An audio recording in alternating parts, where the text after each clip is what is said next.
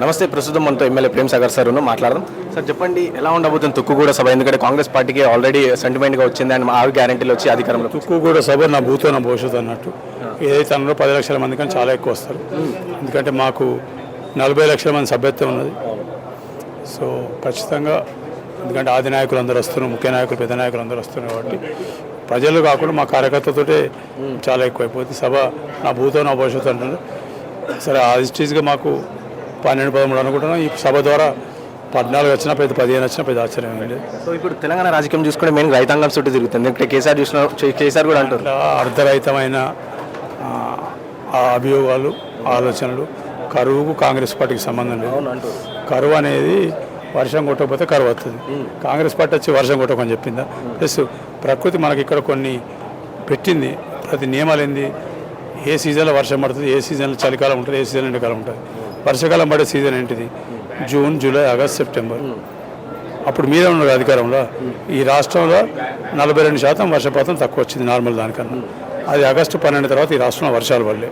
మీకు తెలియదా? మీకు వర్షాకాలం పంటలు ఎందుకంటే మరి మీరు కాదా దానికి బాధ్యులు. వర్షాకాలం పంటలు ఎండిపోయినాయంటే వేసంగి పంటలు ఇది ఆటోమేటిక్గా రైతులు కొందరు బోర్ల కింద చేసుకున్నారు. ఈ వర్షపాతం ఏదైతే తగ్గిందో దాంతో బోర్లు ఎండిపోయి కొన్ని ఇబ్బందులు పడుతున్నారు. ఈ దక్షిణ తెలంగాణ ప్రత్యేకంగా మొత్తం పోయినాయి. నాగార్జున సాగర్ గారు శ్రీశైలం నీళ్ళు. ఉత్తర తెలంగాణ కొంచెం అంటే ఒక 20% బెటర్. 20% కొంత ఇక్కడక్కడ ఆగినాయి కొన్ని. అట్లా మా నియోజకవర్గంలో ఆల్మోస్ట్ 90% ఇబ్బంది కాదు. అట్లా కొన్ని జాగాలు అయినాయి. మీరు చేసిన తప్పులకు మా మీద వేసి మీరు అనాలోచితంగా చేసిన తప్పులకు అక్టోబర్, నవంబర్లో అయితే కాళేశ్వరం 23 టీఎంసీల నీళ్లు స్టోరేజ్ ఉండే. మీరు ఇచ్చిపెట్టేది మీరు కదా.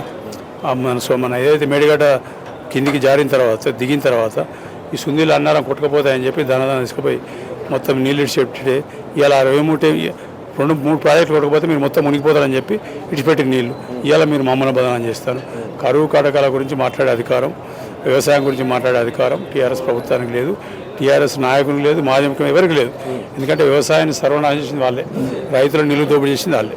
సో నేను రఘునందన్ రావు గారు అంటారు ఏంటంటే, ఒకప్పుడు కేశవరావు పైన కానీ బొంతు రామ్మోహన్ పైన కానీ కంప్లైంట్స్ ఇచ్చిన రేవంత్ రెడ్డి ఈరోజు వాళ్ళనే పార్టీలో చేర్చుకుంటారు. ఇది ఎంతవరకు న్యాయమన్నా? సరే, దానికి ఆ ప్రశ్నకు సమాధానం ముఖ్యమంత్రి గారు చెప్పారు, నేను చెప్పడం అవసరం లేదు. ఇవాళ సరే కేశవరావు గారు వచ్చినా ఎవరు వచ్చినా కూడా ఈ దేశంలో ప్రజాస్వామ్య దేశం, మనకు స్వేచ్ఛ స్వాతంత్రాలు ఉన్న దేశం.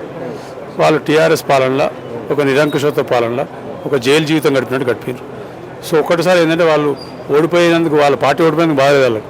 ఈ పార్టీ వాళ్ళ ఓడిపోయారు కాబట్టి ఇప్పుడు బయటకు వచ్చి స్వేచ్ఛగా స్వతంత్రంగా గాలి పీల్చుకొని వాళ్ళ నియోజకవర్గ ప్రజలకు తలెత్తుకొని తిరిగి ముఖ్యమంత్రిని కలిసి లేకపోతే ఏదైనా పనులు ఉంటే నియోజకవర్గ ప్రజలకు కానీ వాళ్ళకు కానీ ఒక అభిమానం ఉన్న నాయకులకు వాళ్ళకి ఎలా స్వేచ్ఛ వచ్చింది. దాంతో వాళ్ళు ఇచ్చే వాళ్ళు వస్తాను. ఎవరు ఇప్పుడు మేము కాంగ్రెస్ పార్టీలో మేము ఎవరిని తీసుకోవాలి, మేము ఎవరిని రమ్మని చెప్పాలి, ఎవరిని అర్థం చెప్పు. ఇక పార్టీ మారడం అనేది వాళ్ళకి సంస్కృతి, మాది కాదు. వాళ్ళు మొదలుపెట్టిన సంస్కృతి. ఇప్పుడు ఏదైనా కూడా ఎవరు మొదలెట్టింది వాళ్ళకే వస్తుంది. ఇవాళ మేము చేసేది ఏం లేదు దానికి. మేము 10 సంవత్సరాలు అధికారం లేకున్నా మా పార్టీలో ఎమ్మెల్యేలను కొట్టుకుని పోయిన కదా, మీరు పార్టీని కొనలేదు కదా. మా కార్యకర్తలు ఉన్నారు అట్నే. మీ ఏ ఎలక్షన్లో కూడా 2 ఎలక్షన్లు ఓడిపోయినా 3 ఎలక్షన్ల పైన కొట్లాడినాము. మా దగ్గర క్యాండిడేట్ ఎప్పుడు కుదరలేదు.